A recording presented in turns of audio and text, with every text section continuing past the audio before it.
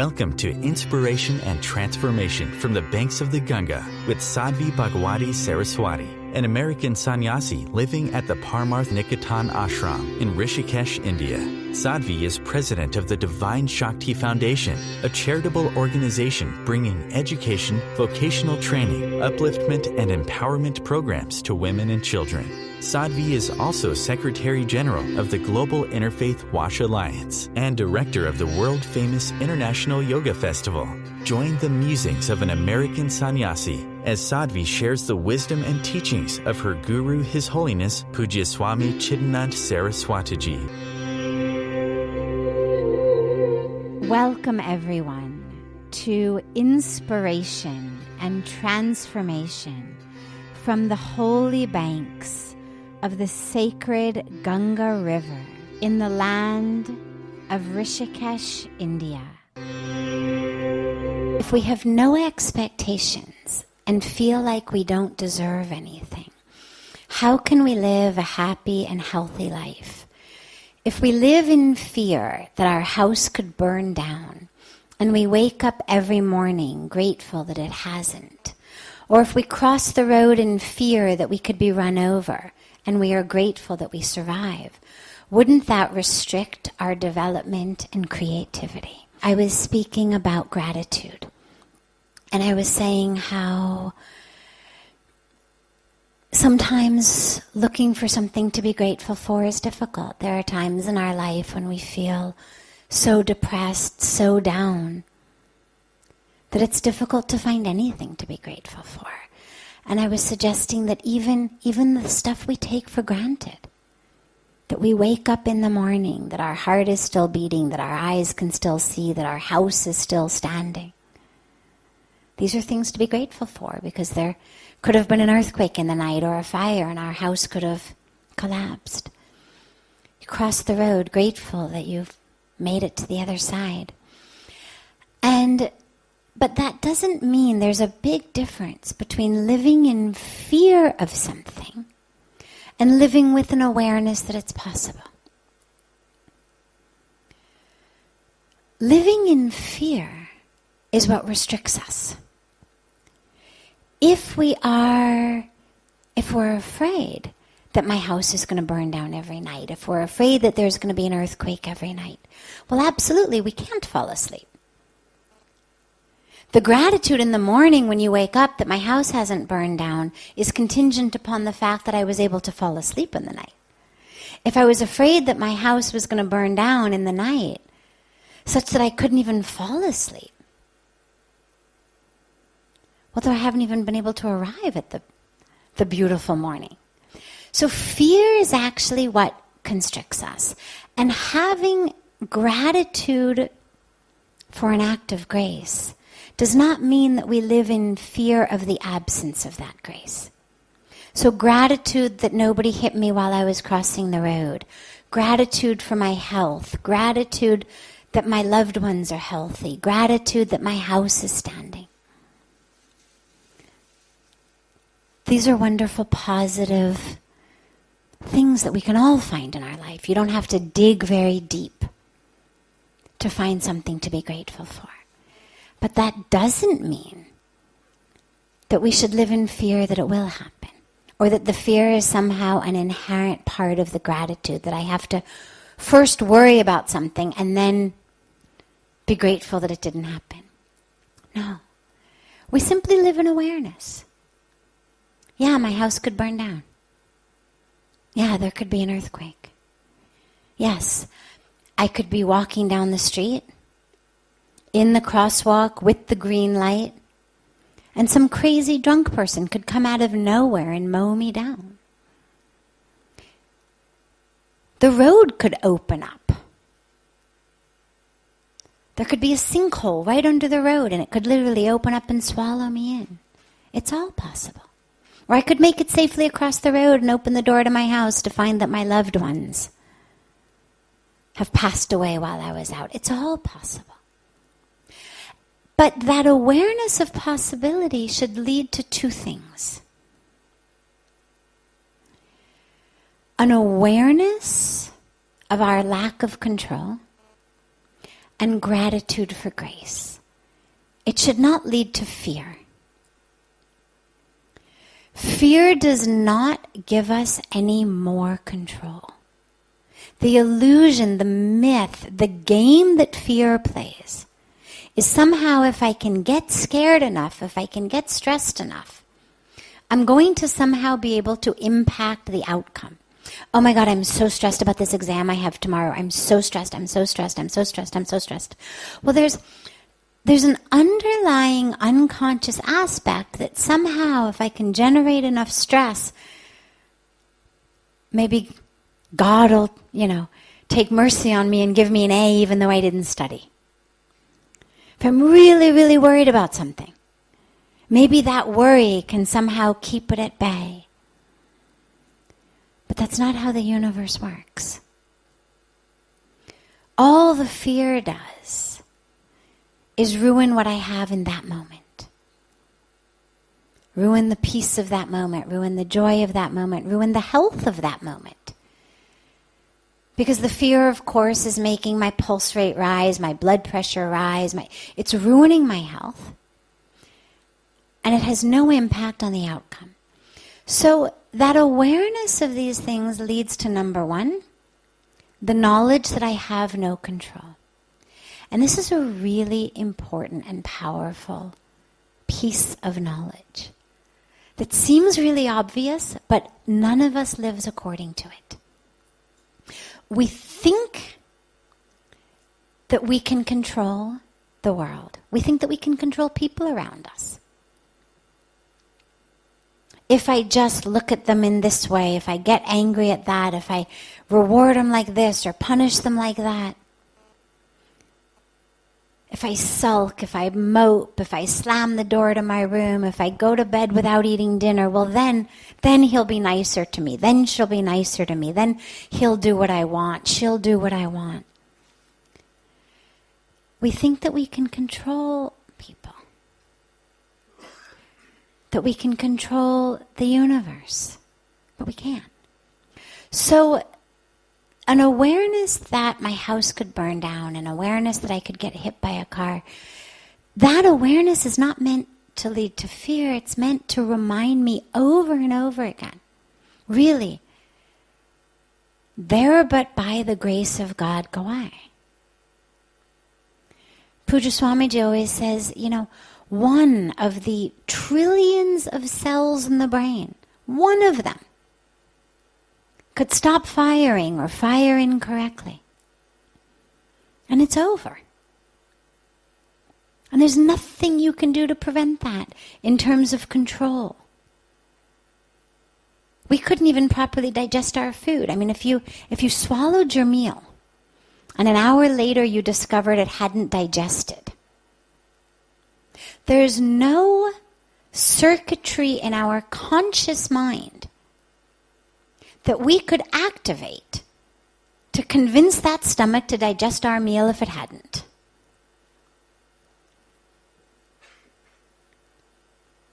It's just grace of the being, grace of this creation, that our food digests, that our blood circulates, that we inhale and exhale. Sit down for meditation and be aware of the breath. And what you'll find is, within a few minutes, your awareness has drifted. Then you bring it back. And a few minutes later, it's drifted again, and you bring it back. And as far as meditation goes, that's fine. But thank God that we do not have to consciously breathe. Because if every 3 minutes, when our awareness left, our breath stopped, none of us would be sitting here.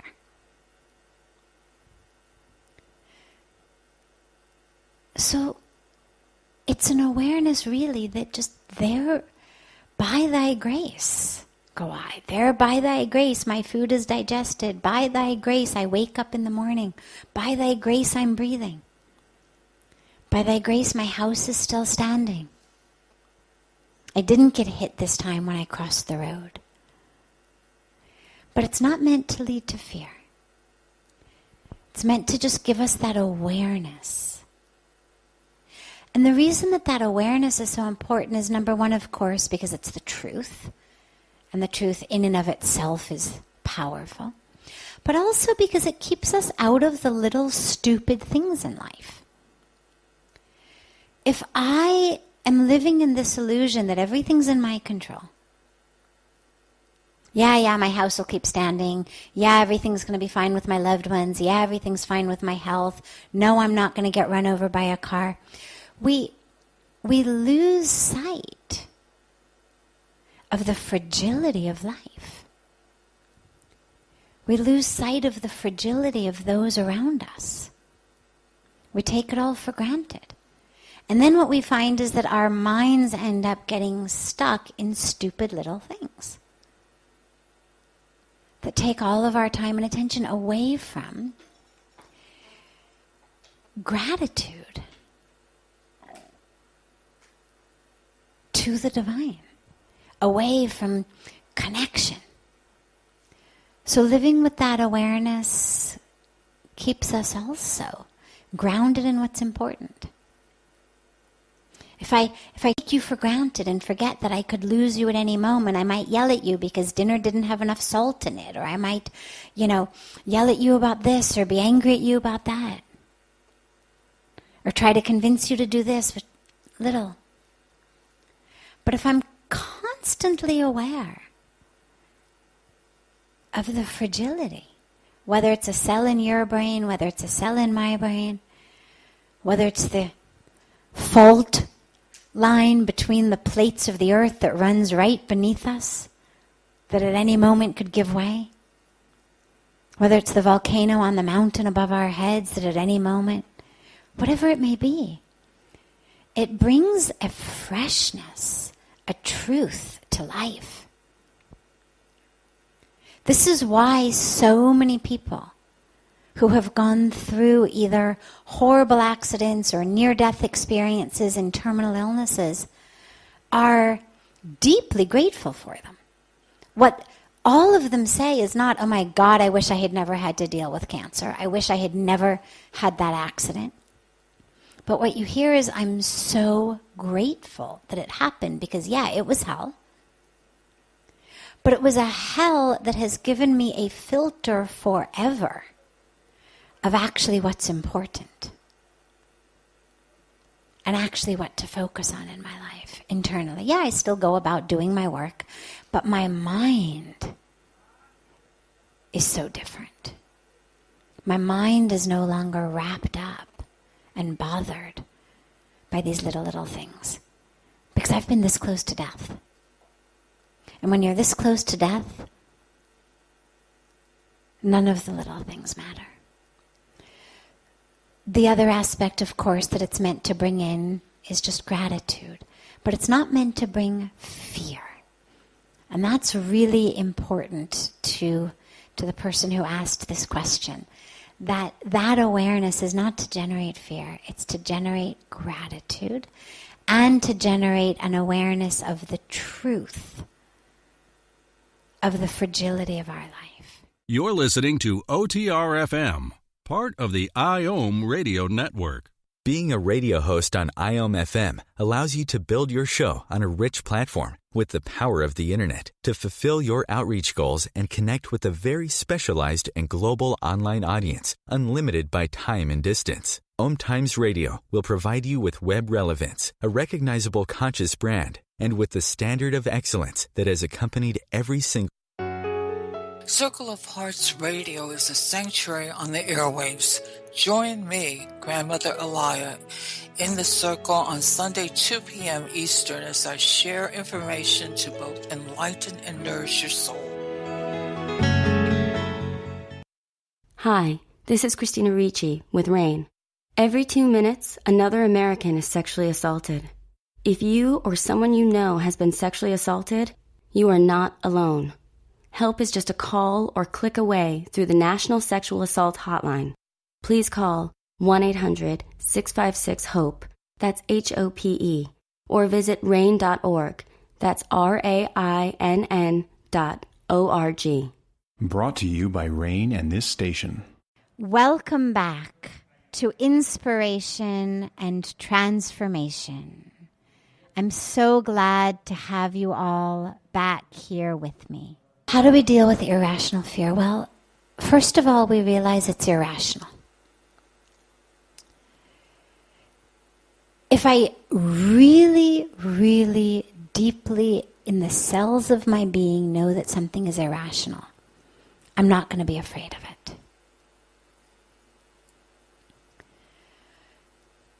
So you cannot, there's actually a whole study in psychology about phobia, and you cannot give people phobias of a lot of things. It's not that you can develop a phobia of just about anything.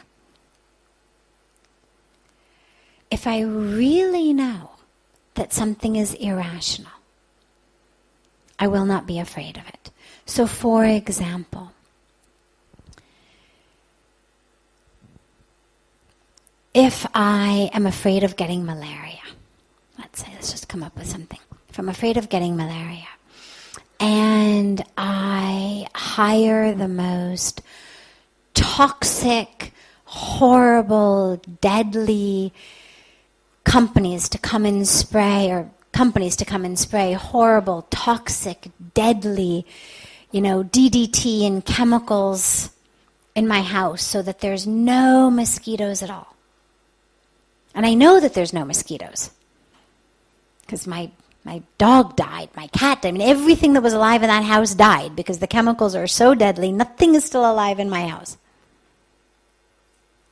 Well, I'm no longer going to be afraid of getting malaria because I know I have just killed not only the mosquitoes that could have given it to me, but I've killed everything. So my fear would be gone. The place that fear exists is when on some level I actually think something's going to happen. Or could happen. If something is impossible to happen. If I'm lying on the ground, let's take a better example than my malaria example. If I'm lying on the ground, you cannot generate a fear of falling in me. Right? I'm already lying on the ground. Where am I going to go? Or if I'm sitting here on the couch, a foot above the ground, you could not generate in me a fear of falling, because even if I did fall, what I would know is I would land on my bum, nothing's going to happen, I'm a foot above the ground.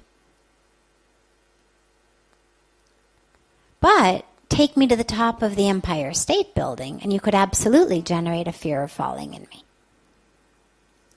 Put me on a rooftop, you could generate a fear of falling in me, because it's possible. So, in order for there to be fear, there has to be some part of me that believes that it is possible. So when we say an irrational fear, the first part is, well, how can I take that awareness of the fact that it's irrational and get it from just the outermost layer of my brain deep into my being? Because the minute it gets deep in my being, my fear will dissipate. That's part one. But part two is faith. Really faith. There's a beautiful, beautiful story of Swami Vivekananda that I love, where he was always emphasizing to his disciples, be fearless, be fearless, be fearless. And one day his disciples decided to test him. And he was giving a lecture, and they stormed the lecture hall, dressed up in masks and, outfits of bandits, and they've got guns that look real, but of course they're fake. And they start firing these fake guns. Everybody in the audience has no idea it's a joke. So they start to scream and run and do whatever people do when they're afraid. They run out the door, they get under chairs, they fall on the ground. But Swamiji keeps giving his lecture. And at the end of it, finally, they They come up and they fall at his feet and they bow down and they say, Swamiji, how could you do it? How is it possible? Here there were guns. We were shooting. How could you keep giving a lecture? And he said, because... They said, did you know that the guns were fake? He said, no, but that's not the point. He said, the bullet that is meant to take my life will take it even if I'm surrounded by 100 guards. And the bullet which is not meant to take my life will not take it even if fired at point blank range. And so that faith, that awareness that I'm being taken care of, that doesn't mean bad things aren't going to happen. It doesn't mean I'm going to get every job that I wanted. It doesn't mean I'm always going to be healthy. It doesn't mean that people I love aren't going to die or leave me. But it means that on the core foundational level, I'm being taken care of. And there is nothing to fear. When I was very, very young, maybe a year and a half, 2, we were at a gas station in LA getting gas. And I don't remember it vividly. I was very, very young. But what I remember was my mom was out of the car getting gas, and suddenly you heard shots fired. And I heard lots and lots of people screaming. And my mom came and scooped me up and held me in her arms, and we ran like around the side of the, gas station building. And then it was over. And that's all I remember about the event, because clearly nobody, gave me the news and the details later on. But the distinct experience of hearing people scream, of knowing that there was some problem going on, that anxiety,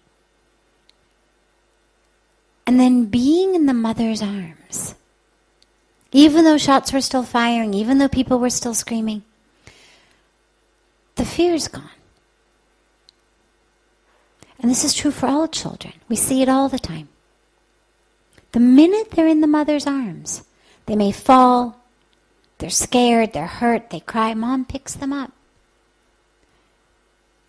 They may still be bloody, they may still need a bandage, but that fear is gone. And when we can live with the real awareness that we're in the mother's arms, in the divine's arms, then fear dissipates. Like a child's fear dissipates in his mother's arms, so our fear about life should dissipate when we realize that we're in the divine's arms. And again, that doesn't mean everything's going to be perfect. But it means that we're being carried. We're being carried by the divine, and things are going to be as they should be. I'll end by sharing a very quick story about Puja Swamiji, which is one of my favorite stories about fear. He was on an airplane, true story, he was on an airplane and in the United States, and they were flying over Chicago, or into Chicago or out of Chicago, but the Chicago area inevitably is always full of storms, and this particular day there were very, very, very heavy storms. And the plane was literally rocking, and at one point the plane plummeted about 1,000 feet. And the pilot came on and actually told everybody to take crash positions, that it was very possible he was going to have to make a crash landing. People are screaming. The overhead bins are open, bags are falling out, people are holding their loved ones. And Puja Swamiji is writing. He's writing on a pad on his, table. Now the story was told to me by the man who was traveling with him, who was the chief editor of our Encyclopedia of Hinduism project. And so Swamiji's writing. And Dr. Rao says to him, "What are you writing, Swamiji?" And at that moment, then the plane plummeted another 1,000 feet. More stuff came out of the overhead bins. Again, people were screaming and screaming and crying, and the pilot again is saying, "Please stay in crash positions. We're very likely going to have to make a crash landing." And again, Swamiji's still writing. And this chief editor says to him, "Swamiji, for God's sakes, get into crash position. What are you writing?" And Swamiji says, "I'm writing my speech." And Dr. Rao says, "Swamiji, speech? What speech? There's not going to be any speech. We're all going to die." And Swamiji says, "Well, see, I know that I'm not going to die. And since everybody else is convinced they're going to die, it means I'm going to be the only survivor of this plane wreck. And if I'm the only survivor of this plane wreck, naturally they're going to want to take my interview." And he said, "My English isn't so good. And so I thought that as long as I still had you alive sitting next to me, I should figure out my speech so that I could ask you any questions that I might have of how to say something in English." So I love that story because it's such an incredible example of what's possible. Not necessarily something that all of us can think about striving for or attaining. I mean, when the pilot says take crash positions, we're going to crash, most of us. But to show what's possible, when you're that connected, to what's about to happen, so that's another point, but of being in the arms of the mother, that there's no fear. So whether she's bouncing you like this, or she's bouncing you like this, or she's, bouncing you like this, in the mother's arms, it doesn't matter. Because you're being cradled and taken care of either way. And so the irrational fear gets treated by the rational mind, really, really showing it how irrational that is, which is able to then seep into the truth of our being when we really believe it, and by the devoted heart and the devoted spirit of knowing that we're in the hands of the divine. This is OTR-FM, part of the IOM radio network. OMTimes magazine is one of the leading online content providers of positivity, wellness, and personal empowerment. A philanthropic organization, their net proceeds are funneled to support worldwide charity initiatives via Humanity Healing International. Through their commitment to creating community and providing conscious content, they aspire to uplift humanity on a global scale. OMTimes, co-creating a more conscious lifestyle. Do you have time to read that inspiring book or that blog post you've been meaning to get to? In your busy world, how do you improve yourself and keep your life going? I'm Lisa Kay, and my Between Heaven and Earth radio show can transform your life just by listening. Be uplifted with inspiring topics, positive stories, and ideas that really work. Between Heaven and Earth Radio is conscious living for your soul, every Wednesday at 4 p.m. Eastern Time.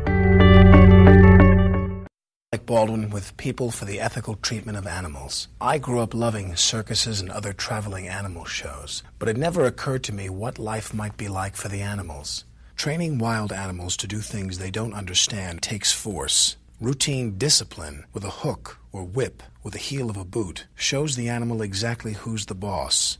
Don't patronize animal acts. Please contact People for the Ethical Treatment of Animals. 757-622-PETA. Welcome back. This is Sadhvi Bhagawati Saraswati with inspiration and transformation. That which you experience here when you say a practice of devotion. Well, devotion to what? To God, I presume. Doesn't matter what name or form, but a devotion to God, a devotion to the divine. Well, obviously your concept of the divine is one that is infinite enough that God exists, not just here on the banks of Ganga, but that God exists just as much in the same infinite way in New York, in Los Angeles, in Miami, in London, in Sydney, and wherever we go. Because otherwise it wouldn't be God. I mean, if God only lived in one place, would lose the whole concept of being infinite. So we know that. So if what I'm talking about is being devoted, and I know God exists, well then the question becomes, well, why is it so hard for me to see God, to connect to God? And a lot of that has to do with the environment that we're in. This is an environment that is buzzing with spirituality. You say to people on the street, how are you? And they say, oh, Ganga ki kripa. Just grace of Ganga. Or you say, how are you? And they say, bas Bhagwan ki kripa. It's just God's grace. So even in everyday conversation, what are you planning to do tomorrow? Oh, Thakurji ki ichha. Whatever is God's plan. So our even non-religious colloquial conversation is invoking God every third word. But it's also a very devotional world. We gather together on the banks of Ganga to worship, to sing, to pray. Everybody who's here is here for some spiritual practice, whether it's deep meditation, whether it's yoga, whether it's satsang, whether it's philosophy. But Rishikesh may be many things. It's not the shopping capital of the world. It's not the diamond capital of the world or the gold capital of the world. So nobody's coming here with just the aim of, I'm going to shop, or I'm going to find gold, or I'm going to find diamonds. So you've got people who have come here looking for the same thing. And that helps. And don't underestimate that. Because this is the same reason why in college it's so much easier to study in libraries than to study in your dorm room. Right? I mean, the book is the same. Your brain is the same. Theoretically, you should be able to learn that material wherever you are. But anybody who's ever tried to study in a dorm room with music blasting, people running up and down the hallways, people drunk, you find yourself reading the same paragraph over and over and over again. And yeah, there's a vague recollection that I may have read this somewhere before, but it's not sticking. You take the same book, the same brain, you go sit in the library, and it's not just quiet or noisy. It's a whole atmosphere. And so that's what you've got here. So first of all, don't underestimate the power of a place, the power of satsang, the power of association, or your sangha, the group. These things are very important. This is why in the Indian spiritual tradition we emphasize satsang so much, is being together, being in the association. It's very, very powerful. And it changes us. We're energetic beings. We're picking up on each other's energy. And if the energy around us, even if it's quiet, but the energy around us is frenetic, moving in and out, drinking, reading comic books, being stupid, well, it's going to be hard for me then to really channel my energy of study and focus. But if I'm in a place where everybody's energy is study and focus,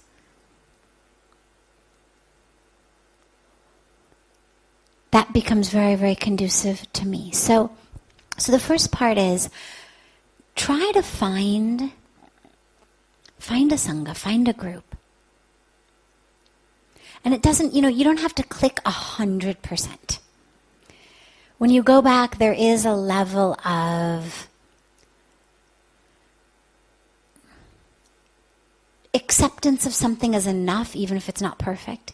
And so, for example, I remember when I was back in California for a few months, when Puja Swamiji sent me back, there were local organizations. There was a Yogananda organization, and there were a couple other organizations that weren't 100% exactly what my devotional practice was, but they were close enough. They were much closer to my heart than the student union was, or the coffee shop was, or the cafeteria, or my dorm room. And so you may not find a place that feels exactly right. I'm not saying it's going to feel like being here. But at least a group that's committed to the same practice. That's very powerful. And remember, of course, as I was saying in the beginning, that this divine to whom you are devoted lives in everyone. And literally, as you walk down the street, start a practice. Can you see God in everyone? And I don't mean theoretically. I don't mean walk down the street with the, oh yes, you are all divine feeling. But literally, can you look in people's eyes and find it? And it's hard. It's hard in big cities. I mean, it's hard anywhere, but it's especially hard in big cities. People are stressed. They're not open to you seeing the divine in them. But can you see it? Make it a challenge for yourself. See how many people each day you can see the divine in. And then it makes your spiritual practice a little bit more broad, and B, it also brings just a sort of an element almost of fun into it. The spiritual practice, instead of being, drudgery, becomes fun of, okay, how many can I get today? I got 5 yesterday. How many today? Oh, the subway's going to be interesting.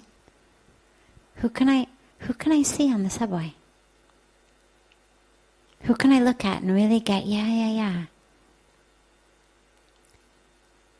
You can go another level when we're aware of the fact that we're all one, which of course our spirituality tells us.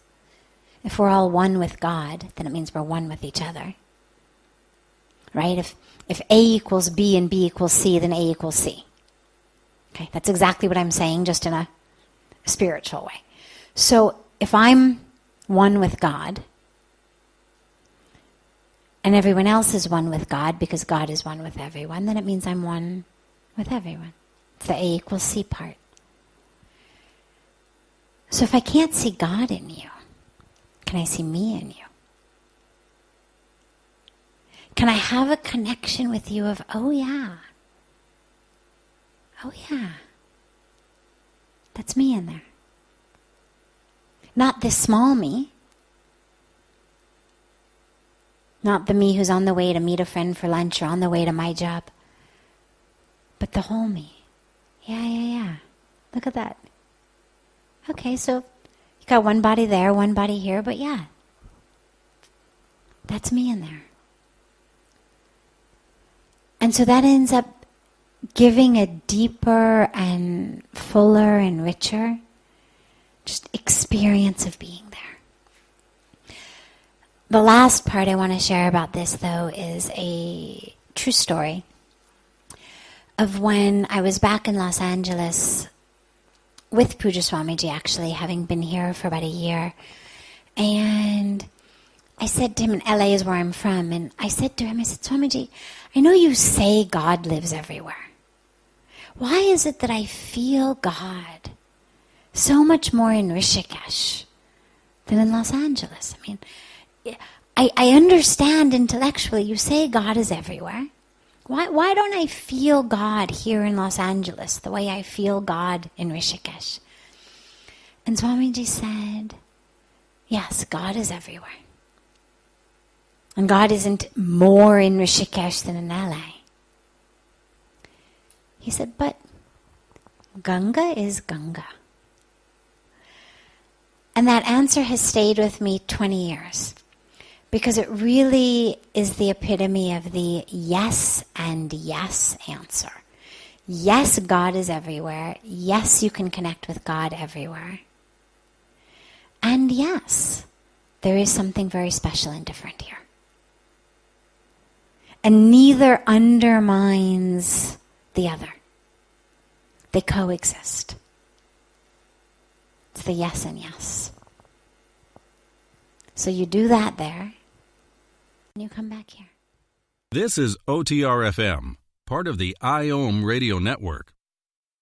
OMTimes magazine is one of the leading online content providers of positivity, wellness, and personal empowerment. A philanthropic organization, their net proceeds are funneled to support worldwide charity initiatives via Humanity Healing International. Through their commitment to creating community and providing conscious content, they aspire to uplift humanity on a global scale. OMTimes, co-creating a more conscious lifestyle.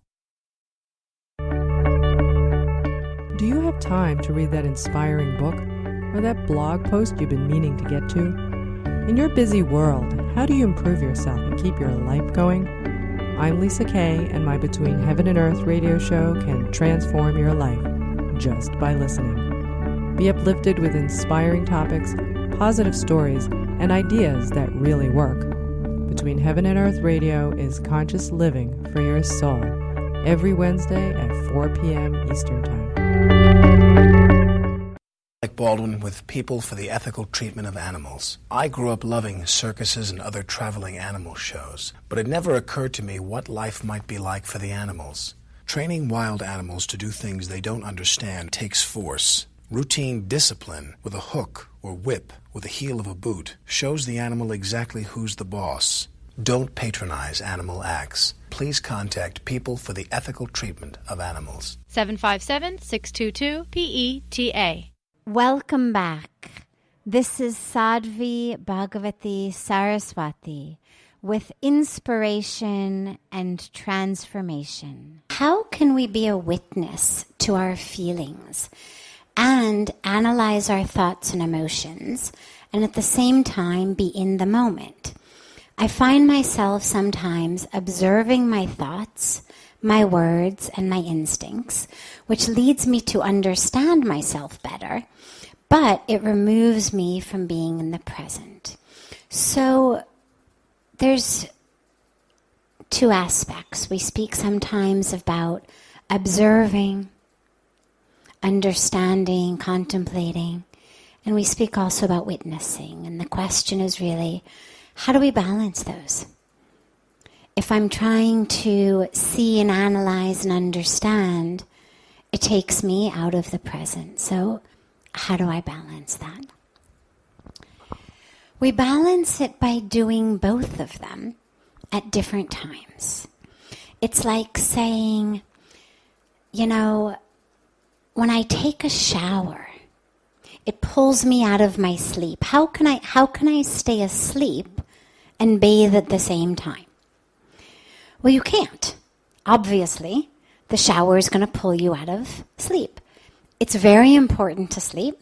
It's also very important to bathe. But you can't do them at the same time. In the same way, both of these aspects are very important to our spiritual practice, but they don't go together. So aspect one is the witnessing. And when I say aspect one, it could have also been two. It's not because it's more important or should come first or anything like that. Just aspect one is the witnessing. That's the non-judgmental, non-analytical, simply witness. That's, I'm meditating. I'm watching my breath. Thoughts come, but I don't go with them. I also don't analyze them. I don't judge them. So a thought may come, maybe my stomach growls even. Maybe it's not even a thought. Maybe it first begins as just a physical sensation. So the witnessing mind just notices and brings the awareness back to the breath. But the thinking mind says, oh my God, I'm so hungry. Haven't eaten anything in such a, since last night. I ate dinner way too early last night. I really shouldn't have eaten such an early dinner. Wonder what's for breakfast. The thinking mind starts doing that. The analytical mind comes in and says, God, even I read that article that says it's not good for your adrenal gland to go hungry for so long. Maybe I should change my meditation time. Or the even deeper analytic mind says, why am I thinking about food? Each of those is a very valid thing to think about. We have a body. If something in our schedule is not working with the physical health and stability of our body, well, that's an important thing to pay attention to. It's also important, if the same thoughts keep coming back in our meditation, to investigate, why is it? That's of course important to analyze, but not while we're witnessing. And here's why this is so important. Human beings are the only species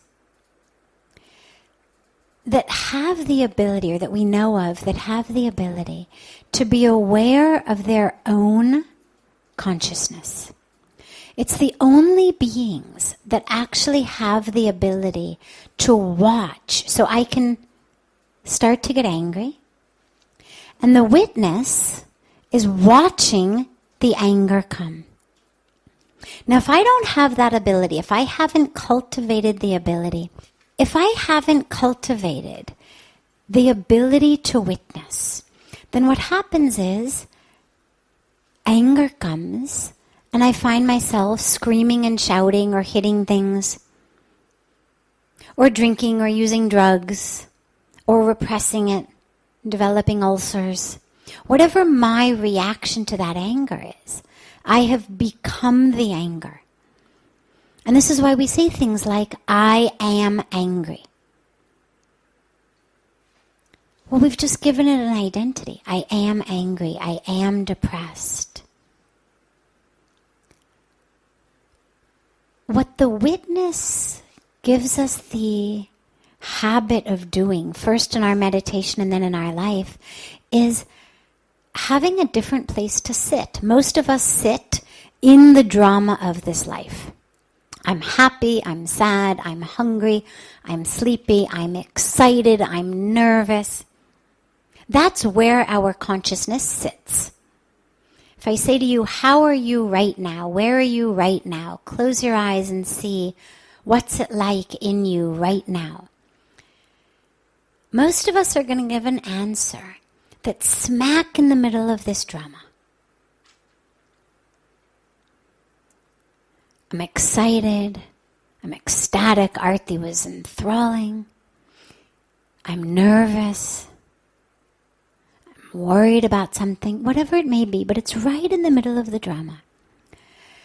If we're able to sit, instead of in smack in the middle of the drama, in the one who's simply witnessing. If you imagine an ocean, and you're sitting on the cliffs above the ocean. So the ocean's going on. But there's two places you can be. You can either be in the ocean, being thrown around by the waves. Nothing wrong in that. It's not, again, that one is better or worse. But it's very important that we cultivate both abilities. So you can be in the ocean, or you can be sitting on the cliff top watching the ocean. And then slowly there's even another layer of witnessing, which is the one watching also the one sit on the cliff, watch the ocean. But that comes later. So we need to be able to witness. And while we're witnessing, we cannot analyze. Because absolutely, as the question asked, it takes us right out of witnessing. In that moment, we are just there. We're not judging, we're not analyzing, we're not naming, we're not following our thoughts. We're just aware of them. Like watching the waves go up and down. But, as I began with, analysis and understanding is also very important. It just has a different time and place. And so if you notice in your meditation that the same thoughts keep coming up all the time. I'm always hungry in my meditation. Well, there's two reasons. One might be because I'm going for too long without food and I'm sitting down and my stomach is growling and it's an awareness. Another may be a much deeper issue. If I find myself always hungry in my meditation when actually it's my evening meditation, only a couple of hours after dinner, rather than a late morning meditation 15 hours after I've eaten something, well, then that becomes something worth thinking about. What's that inner emptiness? What is that hunger that arises when I close my eyes? What am I hungry for? What am I longing for? Or, why am I looking to run into food instead of sit in my meditation? What is it that's coming up for me that I would much rather numb with a bunch of bagels or cake or, whatever it is I'm interested in going to eat? Or if certain fears or desires or whatever it is that keeps coming up, this is worth analyzing, because that's the stuff then that's keeping us from fully connecting with the divine within ourselves. But the time for analysis is not meditation. So this is where we need, like we have a time to sleep and a time to bathe, recognizing that both are crucial, but not simultaneous. In the same way, we have a time in which we cultivate the ability to just be present. Here's the last piece of that. The analysis and the understanding takes place by the mind. And the being present takes place in the heart, in the spirit, soul, in the consciousness.